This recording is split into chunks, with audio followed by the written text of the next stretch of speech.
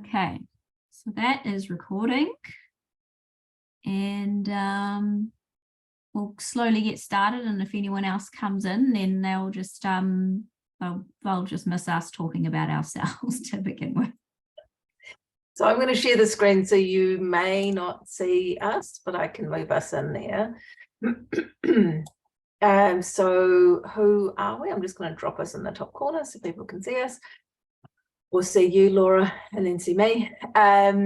So we are, today we're going through a rookie guide to digital marketing and retail, for retail. And I think one of the big things with this is that this is not, I guess, a class in how to do digital marketing, but it's about how to use the digital marketing tools you have to succeed in a retail business.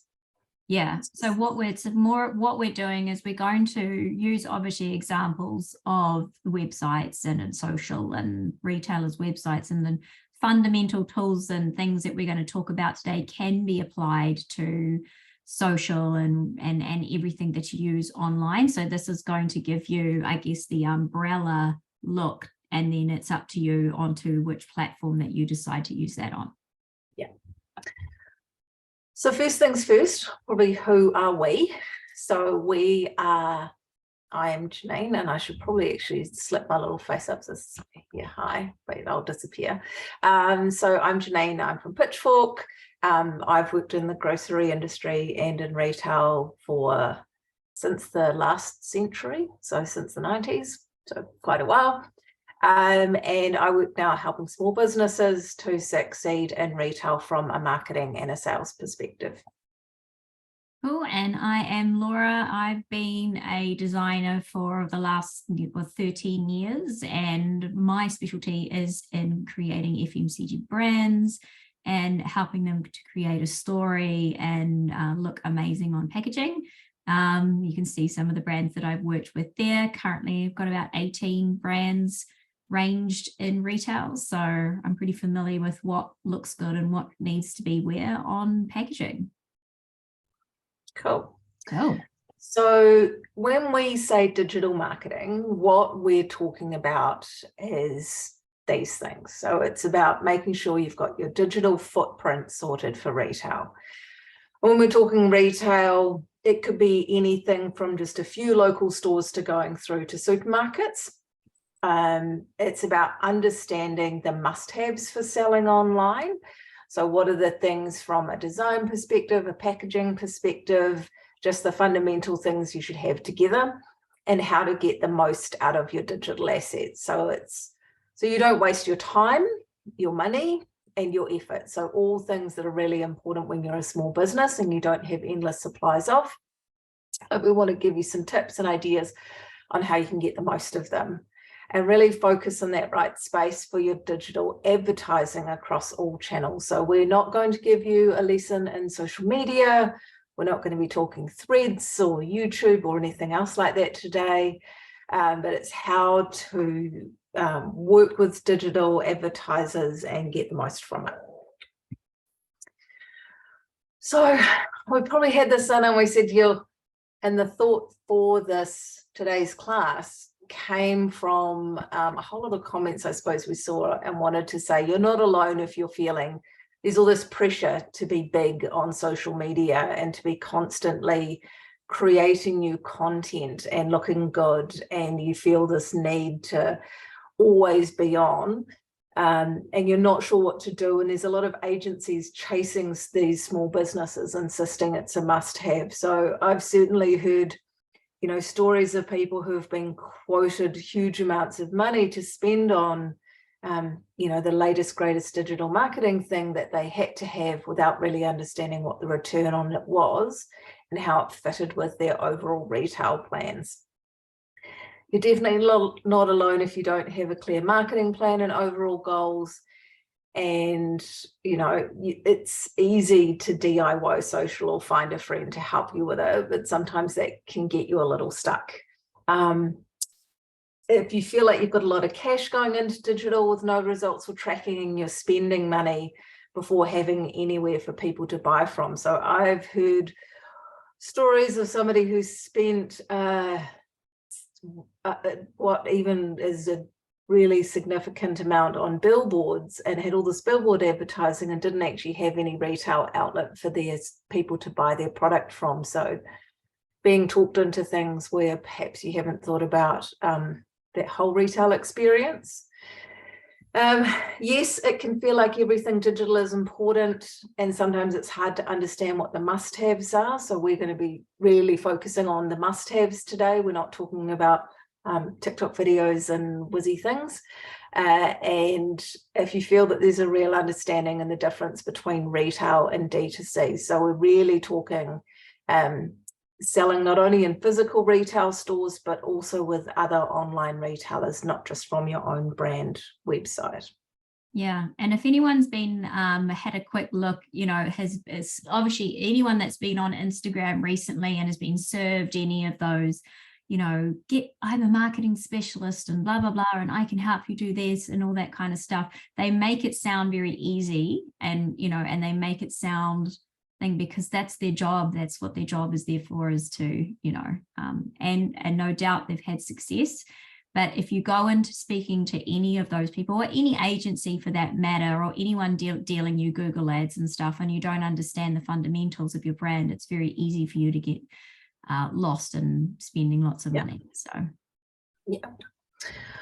So one of the things we recognize why this is a problem, and rather than reading all of this, is highlighting, you know, we don't all have endless resources. We you know, your expertise generally when you're a small business is actually in the product that you have, not in social media with thousands of followers.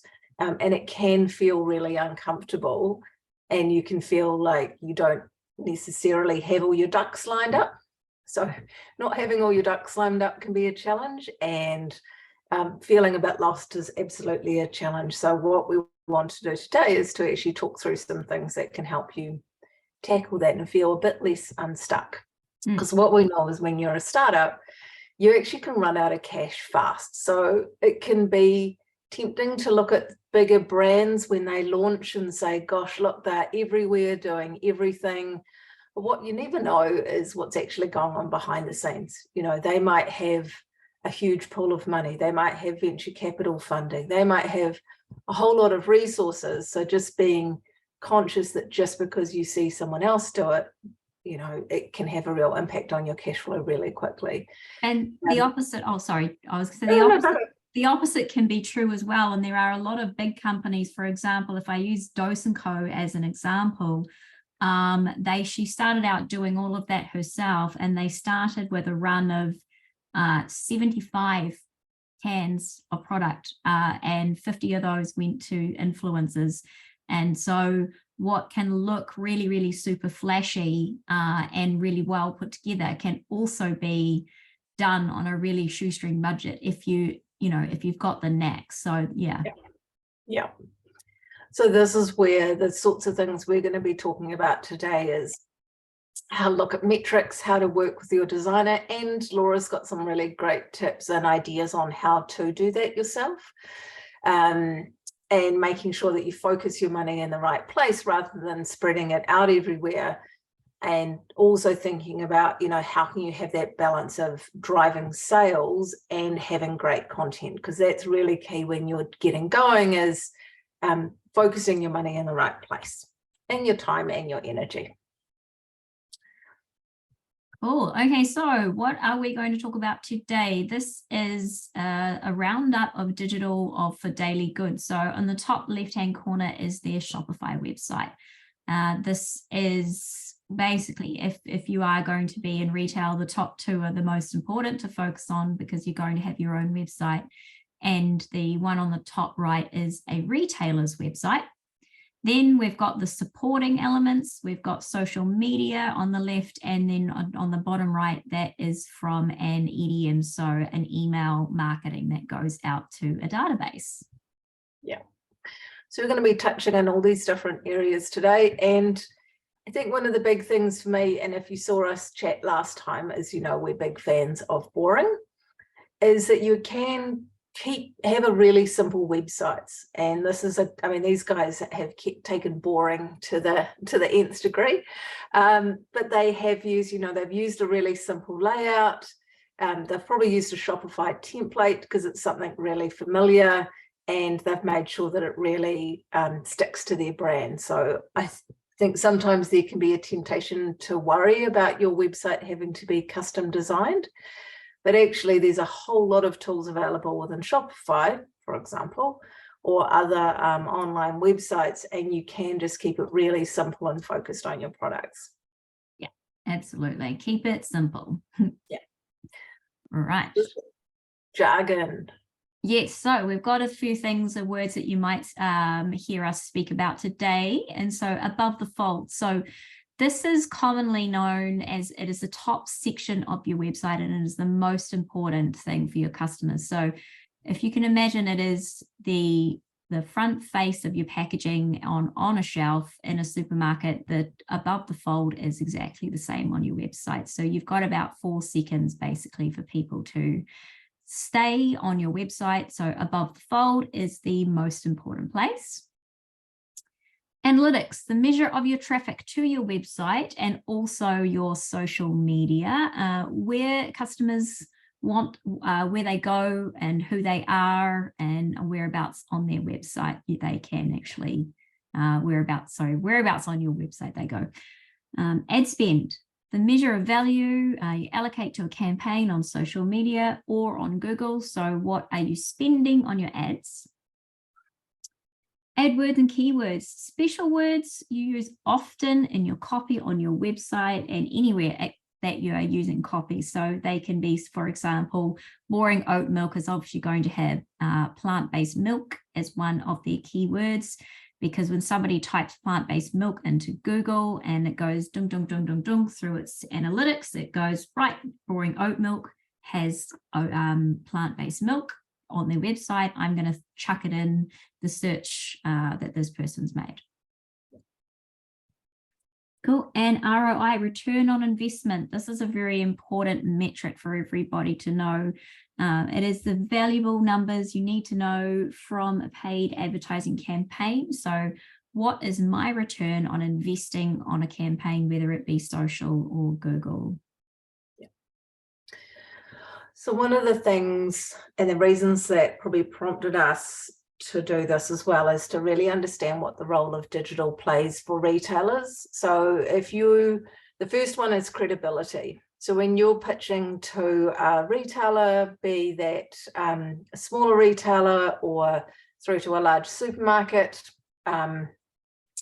they will check out your website, your pricing and your product information. So I was a buyer for a few years, and I'd have small brands come and pitch to me, and I'd try and go and find their website and there'd be nothing there. And they would say, look, I just haven't had a chance to get to it. Well, from a credibility perspective, the retailer's looking for somebody that can make sure that they've got their fundamentals covered. So we really do expect that we can go and do a bit of digging about you beforehand as well. So when you get your pitch deck through, they actually will go to your website and check out who you are. They'll also look at your pricing and your product information to make sure everything lines up. So what you want to make sure is that, you don't have, sometimes people can feel like you can put a whole lot of things on your website that might not necessarily be true, or perhaps you've embellished your product's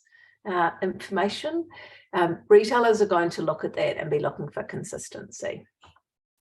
So second in credibility is social media. They will go and just check that you have a social media channel, especially if it's part of your overall brand story. So, you've talked about your origin, where your products come from, ingredients, but it's not the most important thing. They're not looking, a retailer's not looking for you to be posting 5 times a day across TikTok, Facebook, Instagram, insert your platform here. So it's important as proof, but it is not the sole channel that they'll look to for credibility.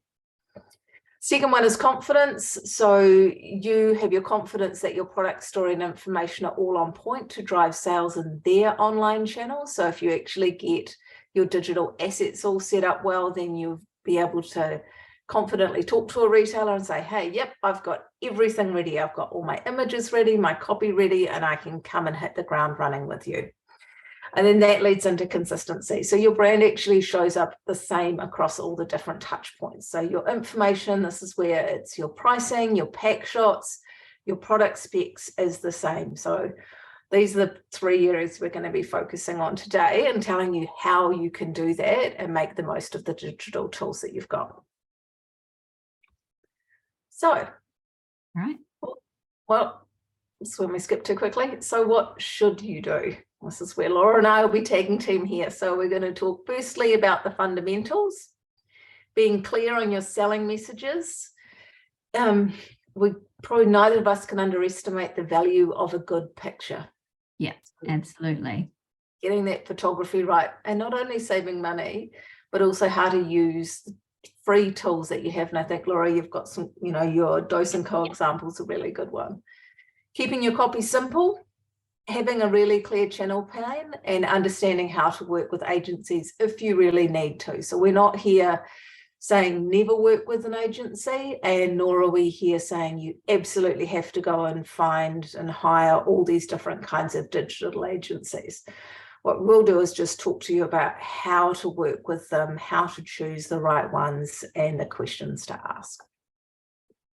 So first things first, the fundamentals. Yes. Okay. So your brand website. Now, there are people out there, for example, if you've heard of Frula Beauty, who they are straight into retail. They only have an e-commerce website as a support, but for the most point, I would imagine everyone on this call has focused on e-commerce to begin with, because it obviously is a nice and easy road, not that it's ever easy, into retail.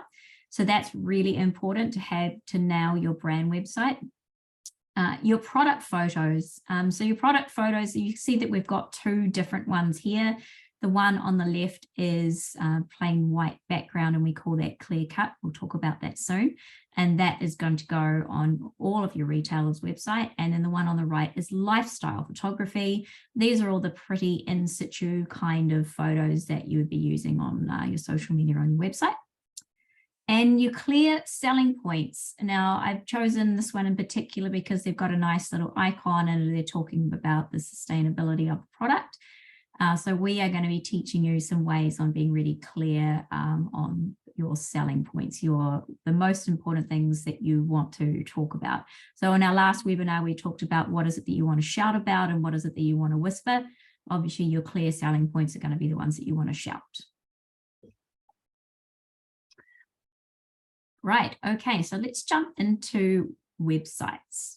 Ingredients for a winning website. Be clear on its purpose. So I mentioned just before about Frula, and there are other products out there who are who have focused their attention purely on going into retail. And then there we're talking about e-commerce, which is a focus on selling up a website. So what you really need to sit down and think is, do I want my website to be the place where I sell mainly to, or is it going to be a support role? Product information, FAQs, which is your frequently asked questions, showcase of credibility, setting up your retail price margins. So all of those things, you want to kind of sit down and give yourself a wish list for what it is that you really want your website to focus on. Design should focus on, and the design should reflect that. So if you're, for example, really wanting, if you've got a product that's particularly hard to sell, that might need a lot of education around how to use the product and what it's for, then the design should be really clear and simple and really open to actually showing how that product works. Use themes. As we were talking, Janine mentioned before, you don't have to use a big old fancy custom template. You can use, in fact, if you go and have a look at Shopify and you compare a bunch of websites for your favorite products, I guarantee if you look closely enough, you'll see that many of them are using the very same template. they work, they're familiar to shoppers, and it comes down to that unconscious brain of how we, when you get in a car and you drive, it's the same thing. Are we using a website? We're all looking for the same thing, buy now button, and we're the shoppers.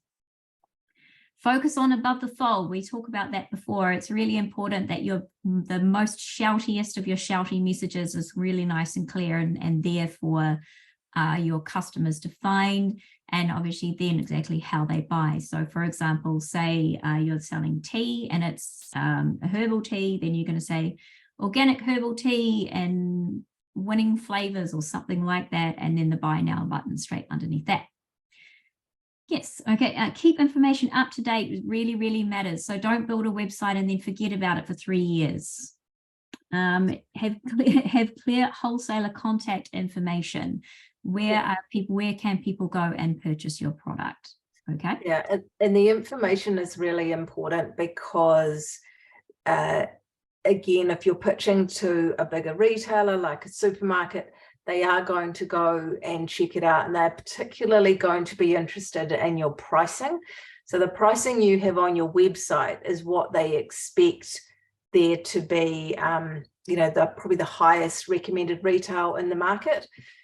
The reverse is true, as they don't expect to be undercut on your brand website versus what you tell them the recommended retail price is. So don't go and tell them that your recommended retail price is $15, where if you're selling the product on your own website for $12.99. So they will look at the pricing on your website and they will benchmark themselves against that as well. Yes, and also with keeping your information up to date on your website has an effect on Google.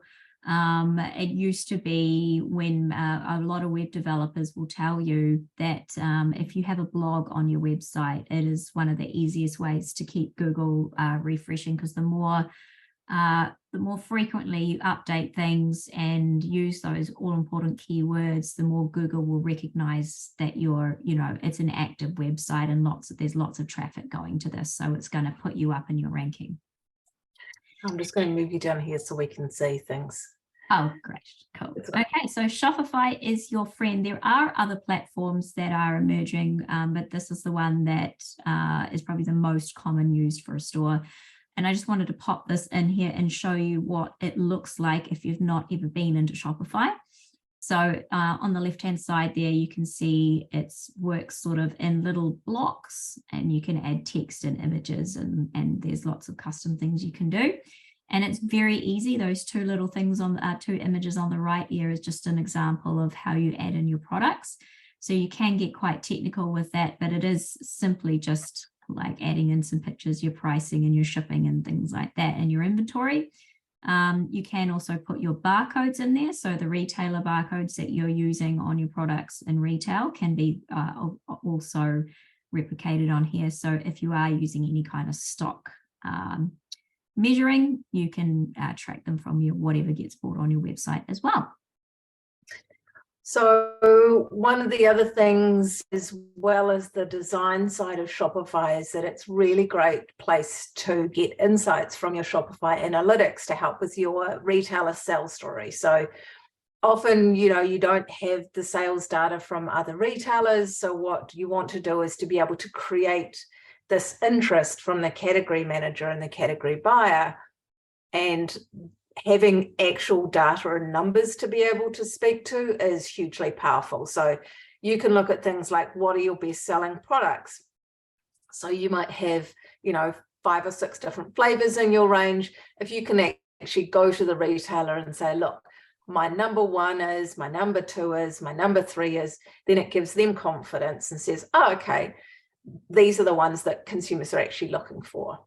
Second is understanding how often do people buy. So is this shows the purchase frequency. So is it something that you see, you've got a whole lot of regular people that come and buy from you every month, or are they buying from you every week? So that shows your purchase frequency. So for the retailer, it says, great, you actually do have people who are coming back over again. And then your repeat purchase rate. So you can see in your analytics, in your Shopify reports, what percentage are new customers, and then what percentage are repeat customers. So that shows the loyalty that there is to your products.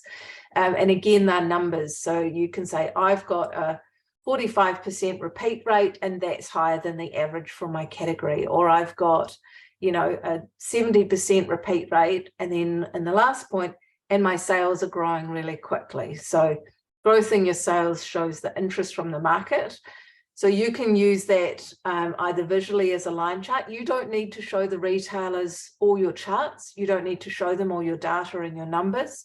But what you can do is talk to them about things like, our sales are growing 15% month on month. Our sales are up, you know, 120% in the last quarter versus the same quarter a year ago. You can also talk about things like seasonality. So we're really popular in winter, we're really popular at Easter or Mother's Day. So use the reports in the back end of Shopify, pull those numbers out and use that for telling the retailer, you know, why they should take your product and why it's so good. And probably don't forget to highlight your retail stockists as well. So it builds the credibility.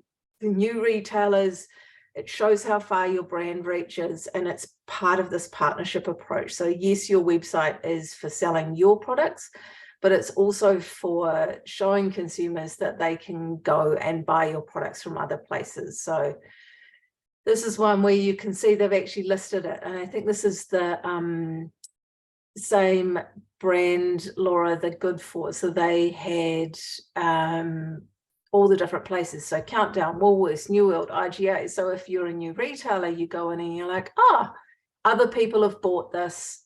This must be a great brand. They have really good retail partners. I want to join in with them as well. So it has a win-win for both shoppers who come to your page and want to go into a store, and also for retailers, they can see you're trusted by other retailers as well.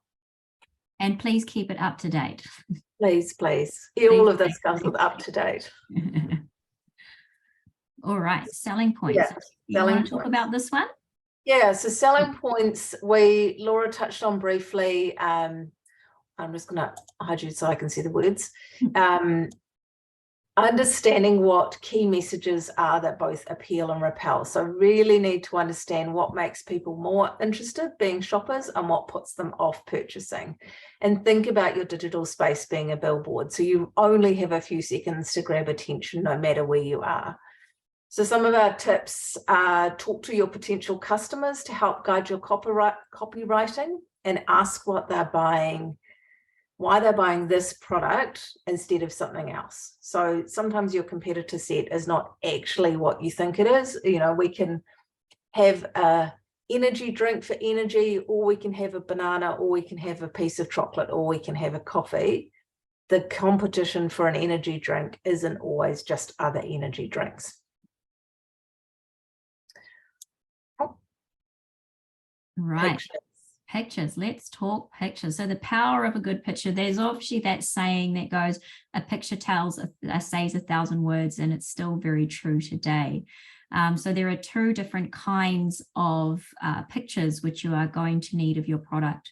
The first is a very, very important, very boring, but very important. And that is to have, they're going to ask you for clear-cut images, and those are images that have no background. That's what they talk about when they say clear-cut, or they can be placed on a white background. And the reason that they do that is so that they make all products exactly the same across retailer websites. So if you were to go to somewhere like Countdown or Soupy, and you go to their websites and you look and you see everything is on a white background, and it's purely so that the products can just talk for themselves. There's no noise in the background making everyone an equal playing field. It also means that they can replicate and put your products in different areas quite easily. So if they want to add you as part of a promotion, they don't want to have to cut your picture off a nice background. They can just add it in with everybody else very quickly. What they will also do is when they ask for they're going to ask for a whole bunch of other regulations around your clear-cut photos. So there'll be a certain size, and a certain shape and certain size of your products. And we've got an example, which I'll show you very shortly, of what that looks like. But they will provide you with this. And if you are working with a designer that's done packaging before, they'll be quite aware that they need to provide those. There are some tips and tricks as well that you can take your own, and it's literally like putting a white background behind, like white paper behind your products and taking photos. But also there are some people that will help you take them, and we'll talk about that very shortly as well. The other kind of photography that you're going to need is your gorgeous, amazing looking lifestyle shots. And these are the ones which you see on social media. They're in situ, as in they're in the spaces that, you know, your customers are going to recognize as being part of your brand. They look gorgeous. They are the face of your business outside of your actual product themselves. Right. Okay. So GS1. Now, in our previous webinar, we talked about GS1 and who they are, and they are the people that dish out the barcodes, but they also have some really awesome services because they are going to need clear-cut images of your product as well to add to their national catalogue. And they have a service where you can send them your products and they will take the product photos for you. You are allowed to ask for them to use on retailer websites. You just need to make sure that they are the correct size that your retailer has asked for. Cool. All right, so here is a nice example of some clear-cut photos. You notice that each one, there's no backgrounds, and they've got all important sides of the product so that a consumer can jump online to whatever website these guys are on. They can look at the nutritional information, they can look at the product specs, and of course the front of the tub.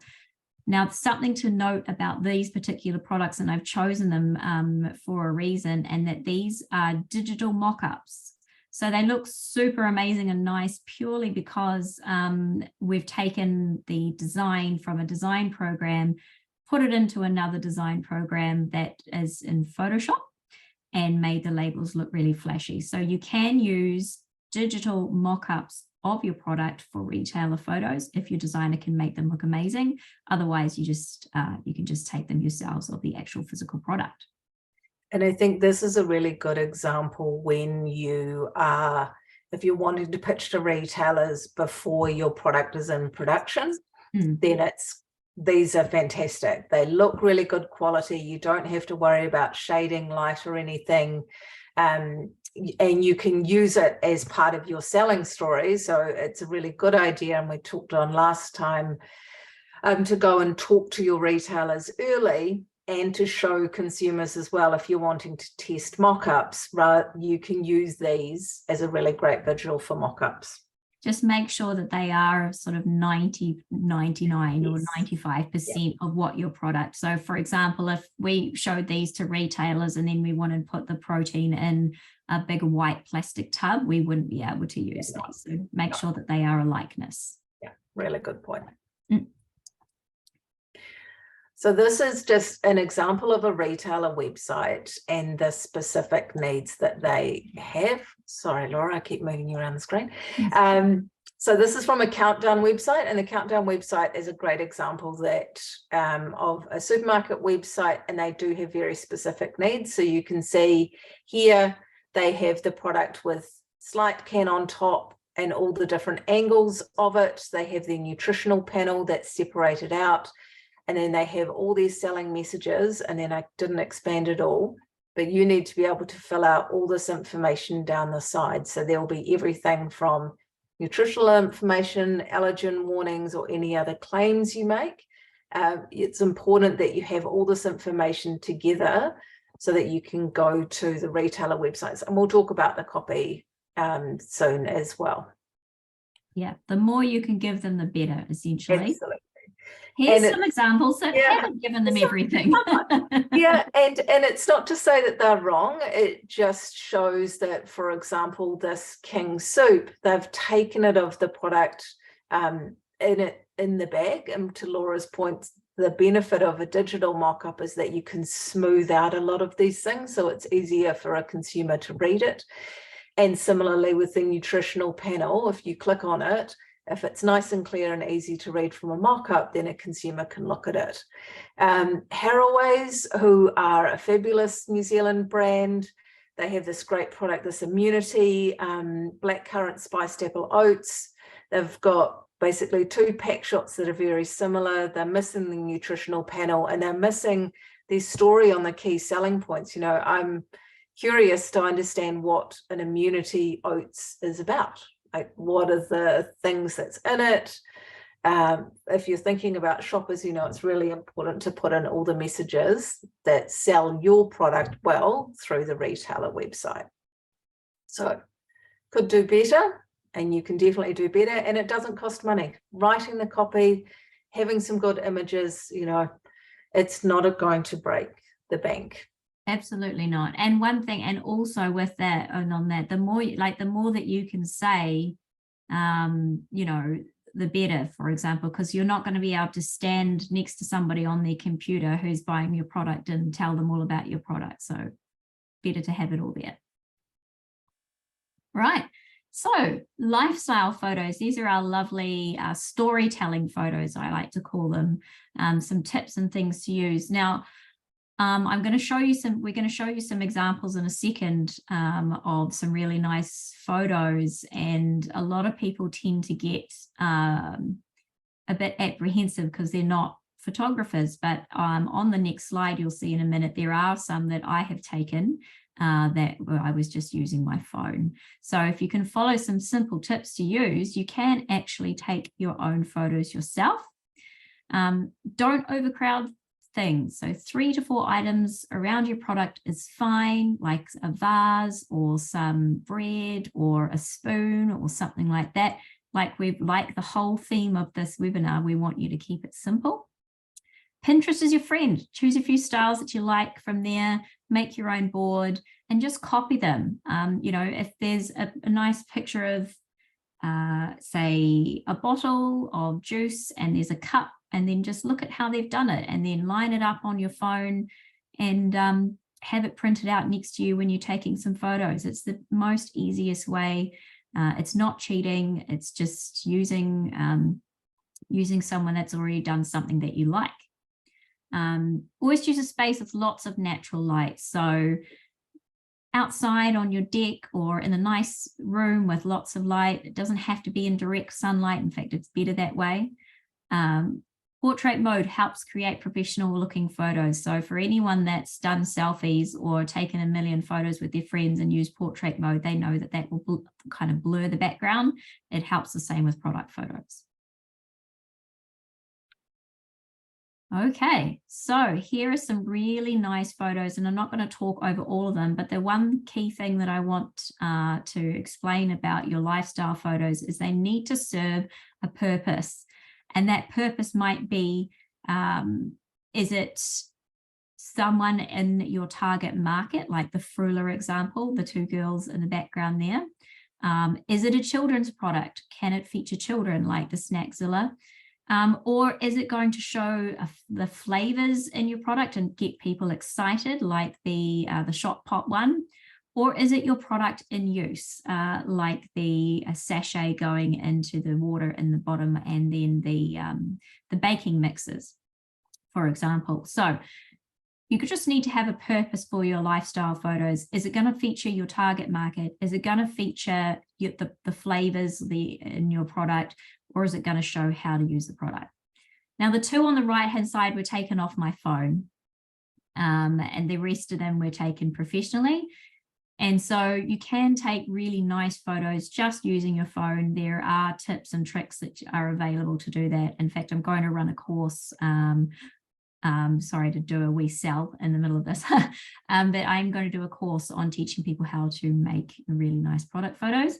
But like I said, you don't have to get super, super flashy to take really nice photos. It's just about learning layout, use Pinterest, and just have a play, have a go with it all. Yeah. And I think you even made the point, Laura, that the 2 on the right here, the hair care products and the gin are actually at your house. So They are, yes, that's right. So the bottom right one was taken in my son's bedroom, and the top one on my deck. So on that bottom right one, I've literally attached a piece of paper to his nappy table, and then popped up a tile onto plastic containers. So it is definitely things you can do at home. And the key for this as well is when you're going and talking to retailers, if there's something you want them to know about the product, like this is a powder and makes the drink go pink, then have a picture that shows it. So almost writing yourself out a list of, here are all the types of photos I need. So I need one that shows the product in use. I need one that shows, what ingredients that can go into it. So having that list will also make it much more efficient when you're taking the photos and when you're, if you're briefing an agency or buying props or anything. Correct, and that's what we're not known in the industry as a shot list or a set list. And so you can just literally go through and say, I want a picture of the hot cross bun gin with hot cross buns around it. I want someone pouring it into a glass, that kind of a thing. And you just make a list and you go through them. Yeah. Cool. So this is about, point 4 is about keeping your copy simple. So we touched on your selling points. And when we talk about selling points, these are the selling points for a consumer or shopper. So it's not just about telling your brand story, but about what's really appealing for the shopper. Why are they going to pick it up? For your online retailers, for your supermarkets, you need to have both short and long options. So they have character limits. They don't want an essay. They don't want a press release. And we've got some examples and show you what that looks like. Have really clear bullet points for your claims. So 98% fat-free, 6 serves of veggies, made with organic cotton, whatever it is. You need to have those bullet points really clear and keep them short. So it's not, 10 long bullet points. It's very short statements. Please don't use ChatGPT if you don't know what you're doing.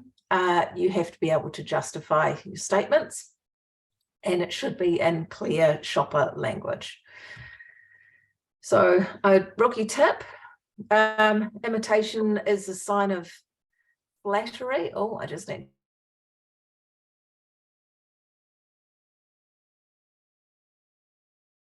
No, where have we lost her? She needs to, I think, her battery's running low. Oh, I see. One moment, please, callers. Does anyone have any questions at this moment in time? There's a question, yes, from Kieran. Welcome, Kieran. Kieran, did you want to ask your own question, or I can just? Yeah, sure thing. So I use GS1 because I thought it was the easiest way. But to be honest, the product photos that they took, I wasn't too impressed by. So I was just wondering if you guys have got any experience submitting your own photos, and if that's a difficult process. No, it's absolutely fine. You can absolutely submit your own process. When I work with brands, I definitely submit my own, and that's because I've done it a lot before. So what you need to do is just ask. You basically just need to ask GS1 for what their specs are, and then make sure that you're providing them with their specs. A hot tip with when I say specs, specifications, as in they'll say something like it needs to be under 1 megabyte, it needs to be on a clear background, and the image, the actual product needs to be this big inside the white box. So as long as you can provide them with images which are like that, then that's absolutely fine. And the great thing to know is that most retailers in New Zealand, including GS1, are going to ask you for the same size, because a lot of the time GS1 will, if a product photo is not given to somebody like Countdown, they can go directly to GS1 and ask for you to ask for those photos as well. So GS1 will hold a national catalogue of your photos as well as your barcodes and all of your information. Okay, epic. Yeah, pretty confident I can take a better picture than them, so we'll do that next time. Oh, that's good. Hey, no, that's really good to know actually, because I've had a number of clients go through GS1 and they've been fine. But it's good to know that they're not always, it's not always a complete service. So yeah. Yeah, it was more just like color grading and whatnot, and the lighting they used. So anyway, Okay. Yeah. Okay. Well, it's possible as well that you might be able to take their photos and then because you can sign off of them. Don't be afraid, anyone, if you get GS1 to take your photos and you're not happy with them, you can ask them to take them again, or you can take the photos, give them to a designer who specializes in retouching, as in making your photos look amazing, and get them to do that for you as well. epic. And the second part of that, I'm not sure if I misheard, but are you allowed to use digital renders as well? Yes, you can use digital renders as long as they are a 99 or 100% likeness to what you're actually doing. That client that I showed you, Hemp Foods Australia, we use all digital renders all on their websites and their retailers. There are a couple of other people that I use as well, for overseas clients, because their product is packed and made and sent overseas. So I've never actually got to see the product in the flesh. So we've had to use digital renders as well. So yes, you can use a digital render. And if the retailer says, no, you can't, well, then that's specifically to them. Right, sweet. Thank you. No worries. Oh, have we got Janine back? Is she coming? Yeah. Hello. Oh, I know. There's nothing like your computer just going to then, yeah. That's okay. We had some valuable questions. We had some valuable questions answered as well while you're away. So we're totally on it. That's what I figured, is that you'd be able to answer some questions there. So the Countdown website, I use it because it's a really good one, and that they have the full retail. They have everything that you would think of for a retailer. In terms of copy and statements. I'm just trying to move us so you can actually see. So Watty's very special soup, they keep it simple. When you're shopping online with an online retailer, it's not about war and peace. They talk about their flavor. So it's a delicious soup made with quality ingredients. They talk about how to use it. Enjoy with a cheese, toasty, or some warm buttered bread. They talk about the benefits. Fat-free, no artificial colors, ideal for lunch, dinner, or as a snack, how to stir some basil pesto through. And then they just have the key bullet points there. So you can see that when you're a shopper and you're online and you're reading through everything really quickly, they've put really clear points in there. As a rookie tip, make sure you can justify your claims. Don't write 98% fat-free if you're not 98% fat-free. They will check on it. Don't make it up, and please don't guess. So they can check anytime, and they will not hesitate to remove information that's incorrect and be pretty grumpy about it. Essentially it needs to copy what's on your packaging when you're going on a retailer, because they treat it exactly the same. They'll go through the same regulations as what you put on here as to what's on your packaging.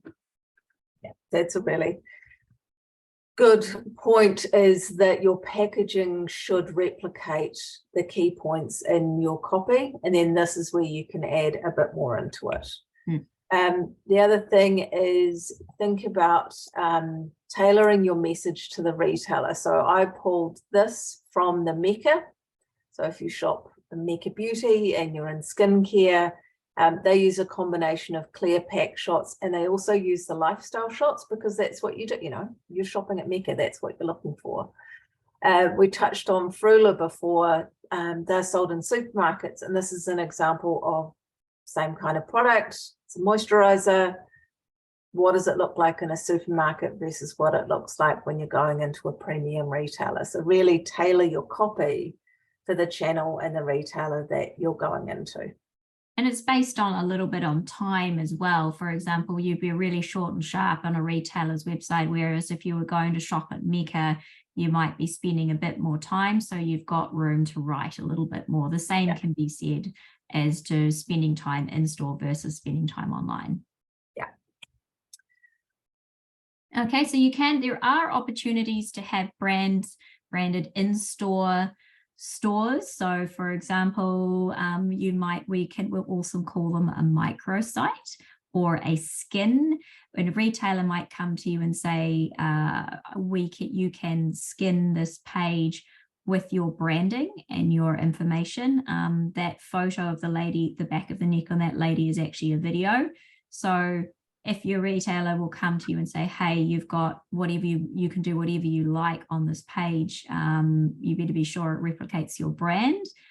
Use any opportunity, any space you can that's given to you for free to put your branding on there. And so it's like walking into, essentially they've given you your own room, you walk into it, paint the walls, put in the furniture, put in your products exactly as how you would want to sort of suit your brand.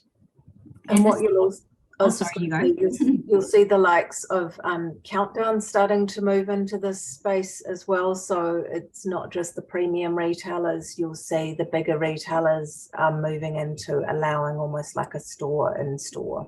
Yeah, Chemist Warehouse is a really good example for this. They'll have banners on the side and a top banner to feature your products, so you can put in your a little bit more about your brand and some of your lifestyle photography as well. So I just wanted to highlight why this is so important, and you can talk to this, Laura, because you know Adria. Yeah, so Adria is a Shopify expert that I deal with my clients, and I went to her and I said, hey, if you could give everyone some tips for our webinar, what would they be? So she actually gave me a whole lot, but I've slimmed them down specifically so we can talk to them nice and quickly. Follow your buyer's process from start to finish. So think about when you go to buy a product online, what is it that you do specifically? And is it going to be the same kind of process for your own products? You know, what are they doing? Are they gonna, and then the other thing to think about, is it your target customer that is going to be going and doing the online shopping, or is it, say, a partner or somebody like that? If you're buying a kid's product, obviously a 3-year-old's not going to jump online and buy the product, so you need to think about who it is that's actually going to be doing that buying process. Don't make it hard for people to find what they are looking for. So we talk about that above the fold. The very next section that should be on your website underneath above the fold needs to be your shop. Should always be your shop. Don't overcrowd your pages or overload them with information. Remember, you have a limited amount of time to get people's attention. Make sure your call to action is nice and clear. Do you want someone to buy? Do you want someone to contact you? Do you want to drive them to a store? Don't neglect the product descriptions. We've just obviously gone over this. It's really important that you keep those up to date. Use cohesive product photography. So this is like talking about a theme. You want to make sure that all of your product photography, your lifestyle photography, that is what we're talking about, has, similar colors, similar objects and things like that in it. And check your website across all devices. So don't go just building a website purely for someone to view on a computer. For the most part today, I think the ratio of people looking on a mobile to a website, to an actual computer, like a desktop, has changed a lot, and most people look on their mobile. If you're building in Shopify, or if you're building in something like Wix or doing it yourself, there are ways really simple that you can just click on and see what it looks like on mobile. Know your SEO, your search engine optimization. If you have no idea what that is, you can totally go phone a friend and ask people about that kind of thing. I'm not going to jump into it too much, but what are the people going to be looking for? That your search engine optimization comes into talking about your copy. So those keywords that we talked about, the flavor, the kind of, things like plant-based milk for boring milk, oat milk, for example, all those things kind of matter. And that's what lets Google pick you up when someone puts in a search. So now we've kind of covered the basics of the assets that you need to use. We wanted to touch on social advertising and spend. So when we talk about digital marketing, we're covering the elements of your own spend and activity. So that might be the things you do on social and search. It's also capturing retailer advertising. So these days retailers are doing their own advertising, whether that's an email out to their database. If you're with a supermarket, you'll be using Flybuys or OneCard. They also have their own advertisements and online mailers. So you need to make sure that you're ready for that. And then you also have that earned PR that can come through with your digital marketing. So I guess probably a point for me, and we touched on at the start, is that a social page is really a must-have for credibility. And the tip is to be where your potential customers are most engaged with products like yours.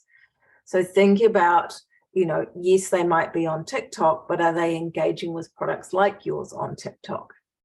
Also has to be somewhere you can keep up consistently. Certainly if you're a retailer and you're going and looking at someone's social media page and their last post was 2021, you know, they'll really be wondering, are you still in business and are you still legitimate?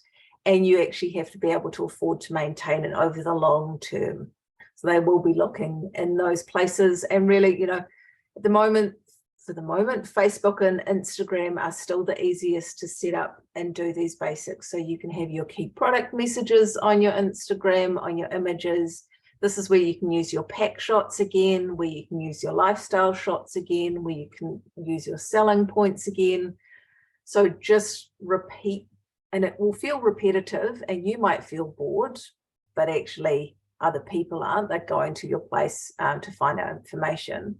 Repeat it in different places and really think about how you're going to show up on social, because your retailer will be looking like. And with when we talk about repeat, and some people will ask what's a good frequency of repeating a piece of content.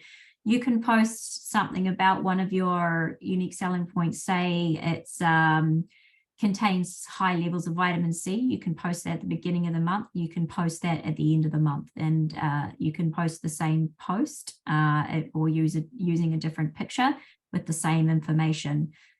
So what might feel like, oh my gosh, I'm getting a bit same here, is not actually, in reality, it's not like that. You might get one or two people who in their own mind go, oh, I've already seen them. I know that they're responsible for that, but they're just going to scroll on through. So it's not going to lose you followers if you say contains lots of vitamin C on the first week of the month, and then again at the end of the month you say, oh, by the way, we contain a lot of vitamin C.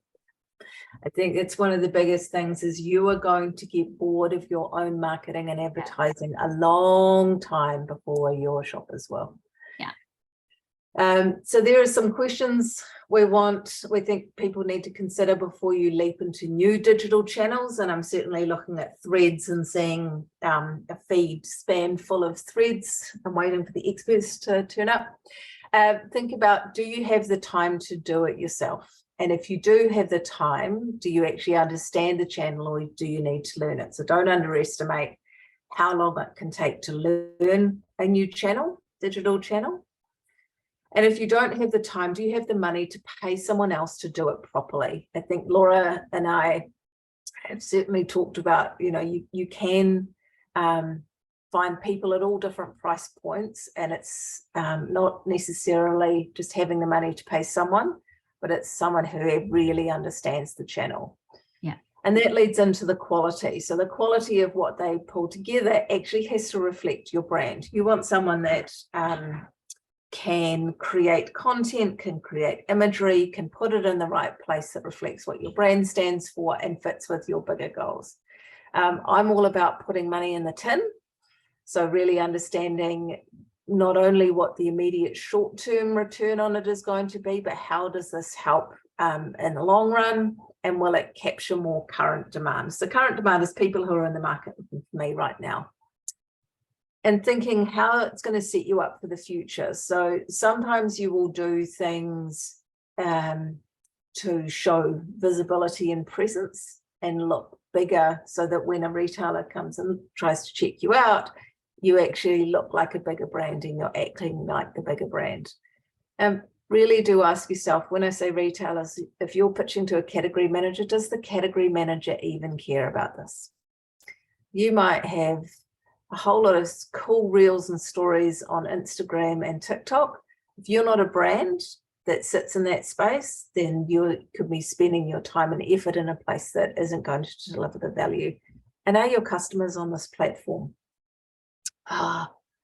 You're probably selling products to the older end of the market. They might not be on TikTok all the time. And if you're selling to young kids, you know, you've really got to think which platforms are they allowed onto.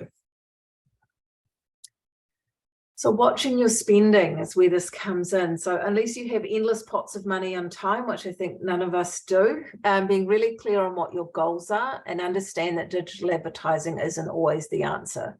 So it's really easy to be talked into spending only, you know, $1,000 or $2,000 a month. You must have digital advertising, but it might be that actually events, sampling, in-store activity or PR are a better place to use your funds. If you're a food product and sampling and tasting and eating it is really important because you're quite different, then think about being in a place where people can try your product, which is where, if you've got limited funds, an event or a sampling opportunity might be a better place. And something I think we all know is just being careful with social media. So it can be a really hungry beast, being with time, money, and variety. As Laura said, you can repeat things. Don't be talked into, you know, you have to create 10 sets of new content every single month, because people will get bored. We're the only ones that get bored. And think about, is this where your best time is spent, your shoppers, and considering what stage you're at in your business. So just because everyone else is there isn't necessarily the reason. I think it's better to pick a place you can feel really comfortable and feel confident in, that you can own, and you can really commit to it for the long term. Yeah, and also, and we're going to talk about some free things that you can do now. And when also Janine mentioned above talking about events and PR, and sampling opportunities, those are opportunities for you to get free content. We call it UGC, which is user generated content. So if you can get someone to try your product and say, hey, well, why don't you take a sample home? Can you make can you post about it on your social media for us? You can repost that. Hey, there's a free piece of content that you just got, and you've also got credibility from a customer.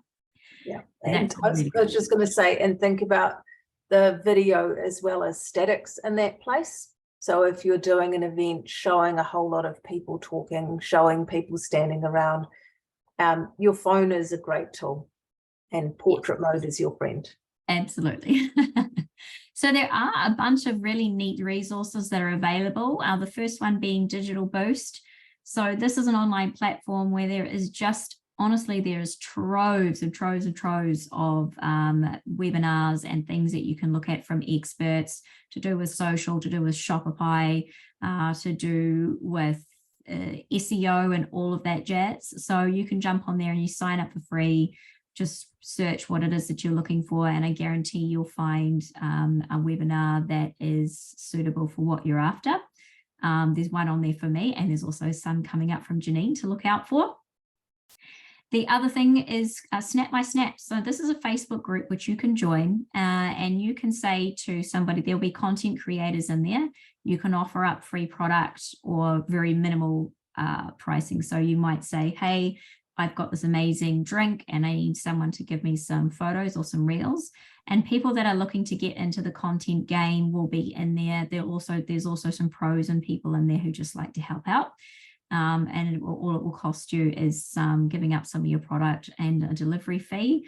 You can also offer them some money if you feel like you need to, but that's a really good resource we'll give you the link to, so that you can get some nice lifestyle photos. Yeah.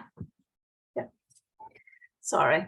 And then this is where we talk about, if you do decide, hey, look, actually, it's not for me, in terms of resource, time, interest, then you will want to work with external partners and agencies. So there's a whole list of questions here that we think you should use. Yeah, and it's totally okay when we talk about the word agency can be a little bit scary to some people. But there are all kinds of different sizes of freelancers and agencies that you can go and speak to.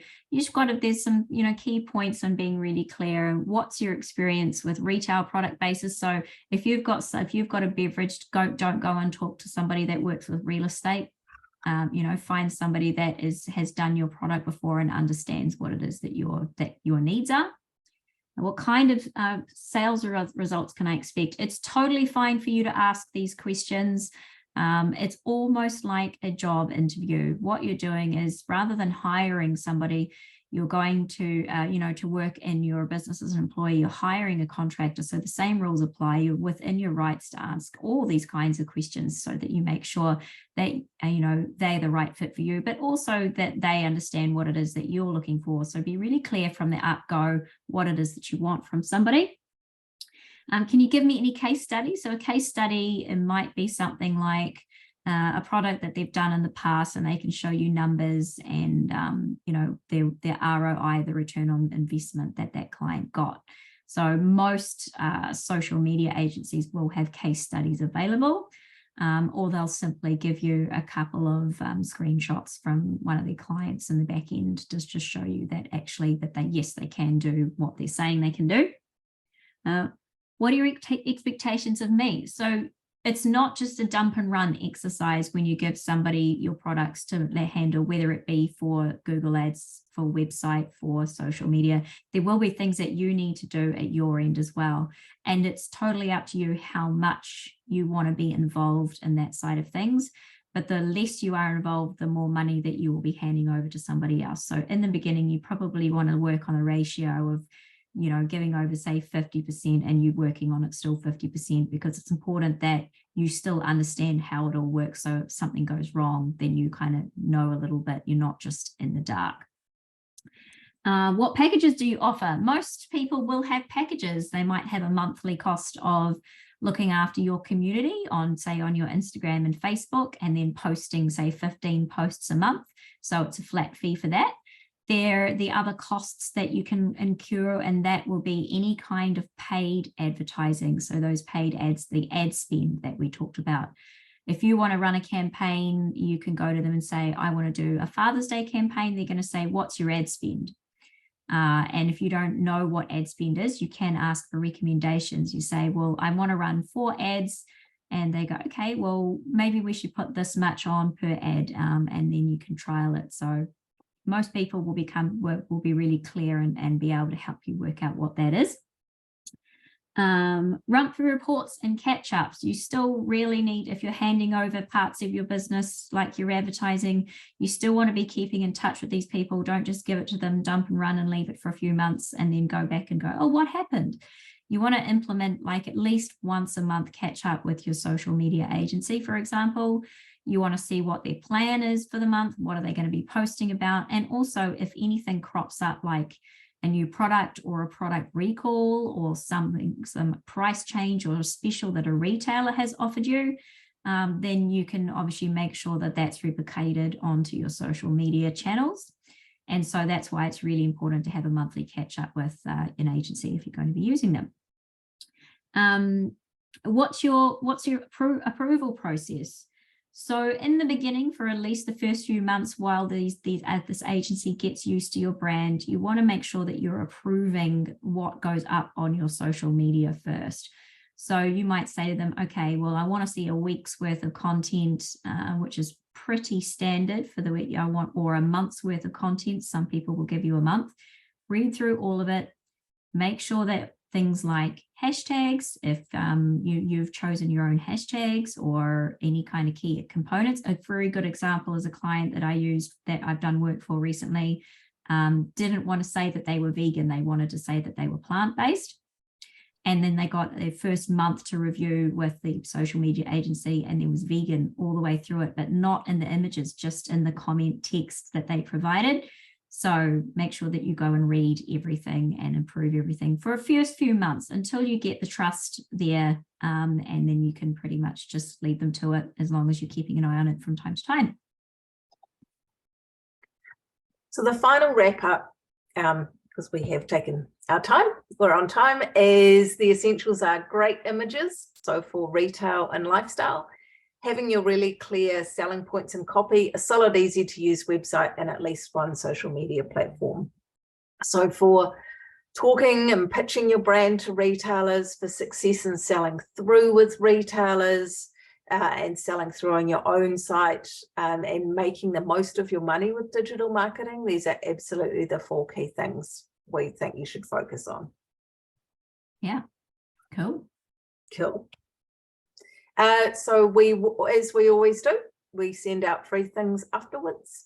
So we'll be sending out free copy prompters for retailers' website and a digital checklist of here are the images that you need and here is the product information that you need when you are selling into retailers.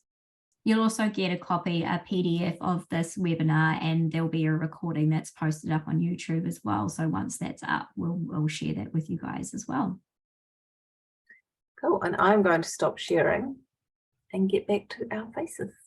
Oh, look, there And we see are. if we have any questions, which I think you answered some while I was not online.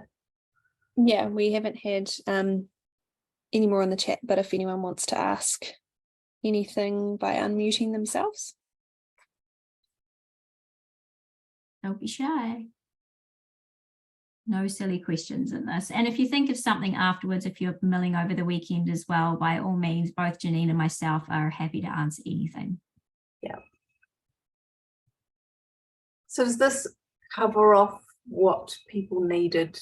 Fiona, you're on screen. We can see you there. No, I'm here. You're here. So it's Yeah. more, we can ask the person, we can see.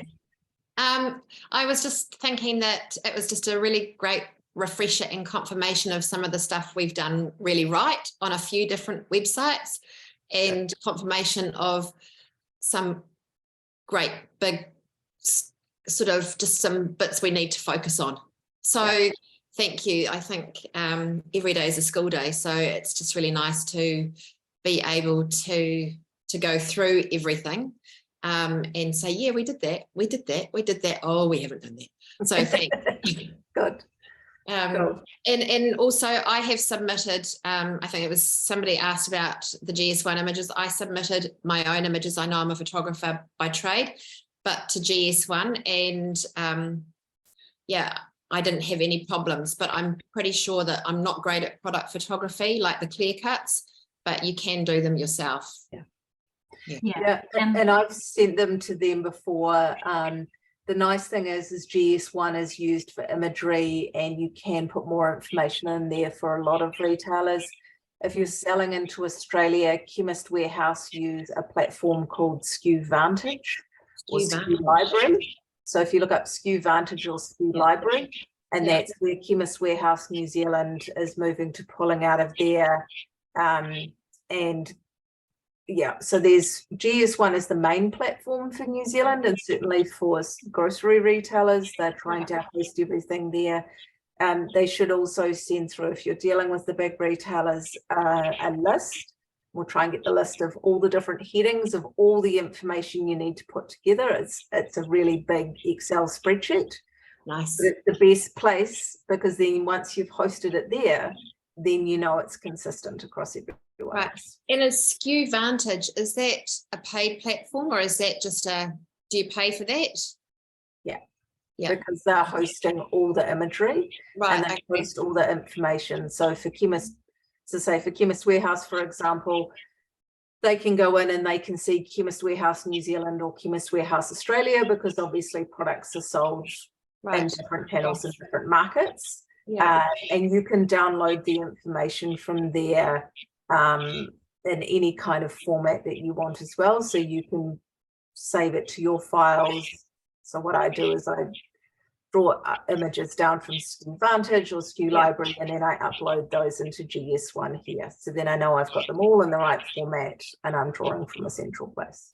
Yeah, Okay. and the good thing is that a lot of, as I said, like a lot of retailers will have the same, will ask you for the same size. It's always square, always white, always sort of I want by JPEGs, PNGs, this width, this height, Like, once you've got it, it's the nice part is that you've got it, and you know, it takes a lot of the stress and hassle away from dealing with retailers as well, as you can just say, look, all my images are on GS1, or you can download them from GS1 and send them out as well. Yeah. One suggestion I would have is to put together a digital asset pack or folder.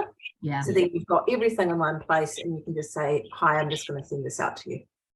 And Awesome. don't forget to update them as well. If you're making very small changes on your pack, for example, if you're not doing any massive design changes, but the size of your pack might change to say 350 grams to 400 grams, you need to supply new imagery as well. Yeah, and because you need a new barcode. Because you need a new barcode. Because you need a new Basically. barcode. Yeah, Please they're don't- gonna yeah. ask you. I'm going to ask. So making sure you have the latest artwork, because foodies will draw it down for their mailers. So if you have the wrong imagery on there, then you won't have the right pack shot in for a New World mailer, for example. Yeah. Yeah. Okay. Yeah, no, because I just wrote that on my list before, because I did some new images for GS1 and I haven't uploaded them to Sidekick, whereas I've done them for our other brands. So I need to do that. That's my second thing on my list after. Yeah. Thanks. Good, no worries. Okay, I can see Kieran and Karina. Debbie, you should be all over this, hopefully. If there's no other questions, we will leave people to it. Thanks so much. You're welcome. many if you have thanks. questions. You're welcome. Hey, Kieran. Well, I can hear you but not see you.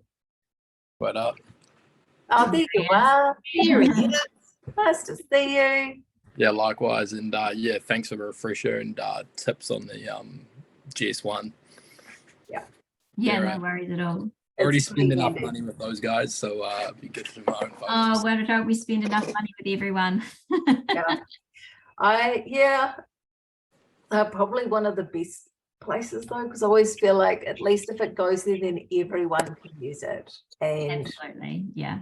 credibility I think- wise, people just go, yep, all your pictures are with GS1. So like as a retailer, it's taken off a number of things in your to-do list. Is yeah, you know what it is, everything's there, it's in the right format, I don't need to worry about it.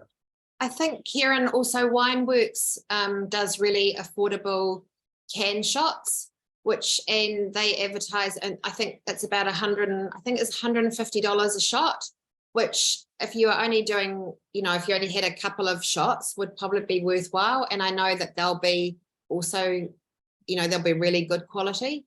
Oh yeah, good suggestion. Yeah. Yeah. My thing was I just seen them, so you have to do barcode verification. So I was like, all right, just getting to do the photos at the same time.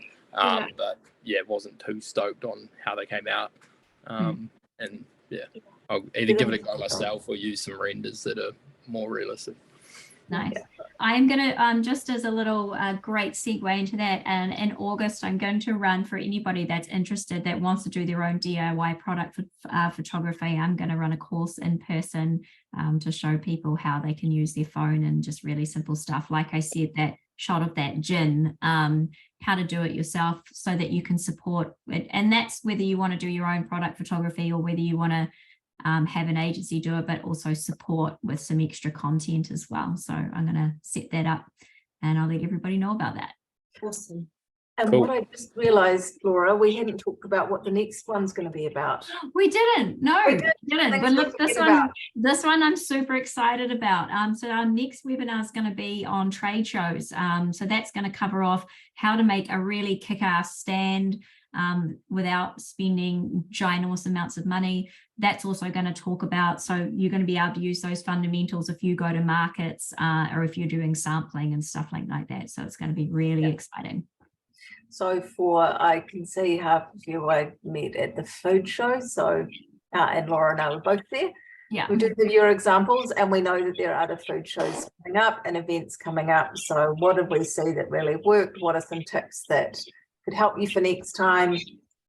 And then we've kind of planned out the next 6 months, but if anyone's got things that they're particularly interested, we are open for suggestions. Future ideas will be things like how to do your plans, so your retailer activation plans. There'll be a commercial one, trade shows, logistics and supply chain. So we're sort of covering off the fundamentals if you're going into retail. I've Yeah, and we're got going to one. have Yeah. oh, Yep. please go ahead. I've just got one thing. I'm not sure if you guys covered like pricing previously. No, But I do pricing. Yeah. yeah, so Foodstuffs has like recently implemented automated pricing, like shelf pricing. Yeah. I'm like fairly like I've seen this before in the past, like with other retailers, but I've not personally had any engagement with it. And so I was pretty shocked to like go into the store the other day and like see my shelf price had lifted. And so I'm not sure like if there's like boundaries they set with pricing or if there's any sort of like tactics you can like play with them to make it more competitive, because like I mean most people on this call are probably all small suppliers up against the big guys who are getting, you know, way better shelf margins, so they can afford to price lower. And then, you know, when foodies are then now just asking your consumer to like for my example, they're now asking consumer to pay $2.95. So for whatever reason they've decided they can charge that, but you know I've got to conjure like 16 cents extra value out of my product for the consumer. Yeah, and you're not making that extra 16 cents. The retail. No, not exactly. And it's like my product hasn't exactly changed. So like realistically, like in theory, I need to spend another 16 cents on marketing to give the consumer that value. Yeah. And then because yeah, I don't know. Yeah. Pricing is definitely one. I'll cover off pricing. And I do separate things, like I can go in depth, but that high level pricing, the different approaches Foodstuffs have around their pricing, they're different, lots of acronyms, KVIs, EDVs, high-low, they're using a quadrant pricing approach. I know it all sounds a bit much, but there's theory and method behind it, and absolutely we can talk about price. Yeah, cool. Yeah. Like, yeah. And I mean, because I always need to make sure who's on the call, because I won't have that discussion if there's a retailer on the call. oh, right. Yeah. Not sure if they're here. No, I can see the list. It's all right. Yeah, I'd be keen on the pricing one as well, because we've just gone through all of those margins again, and it's really interesting. Yeah, I probably wouldn't. If there is interest, I'll probably do it separately. Yeah. And wouldn't necessarily post it, because if it's once it's on YouTube, everyone kind of there. But we can certainly look at pricing separately. It's always just sensitive. I'm conscious of that. Yeah. Appreciate that. That would be great. I guess, yeah, for me, it's more like how to lead the conversation with them, because like, you know, you get minimal chance. Yeah. To like speaking so for speaking their language, that's what I want to give people as the tools. Like, for example, the computer system can't tell whether my product's in a fridge or not in a fridge. And it's like where it's been. Oh, you've disappeared. Oh dear. Breathing a bit. I'm cracking up. For Debbie, we're doing these on the first Friday of each month, so we'll post them, a list of them on our website. So we have retailrocky.co.nz as our website. That's where we host when the next dates are for things. That's when you can find out about us. And we'll get email addresses and things set up as well. So whenever if you join as well onto this, you'll get an email come through from lovely Lauren, who will let you know about the next one probably about a week out. So now you're on our list, you're in the club, you're in the family. So any kind of thing that we are going to do, you guys will be the first to know. So thank you very much as well for coming, everybody. We appreciate it. This is what Janine and I love doing, love sharing the knowledge and just watching people grow and thrive in a product market. So you guys are also helping us achieve a dream as well of being able to help with all the things that we've learned. So thank you, everyone. cool. Cool. Okay, happy Friday, everyone. Stay warm. Yes. See you. See you. Bye.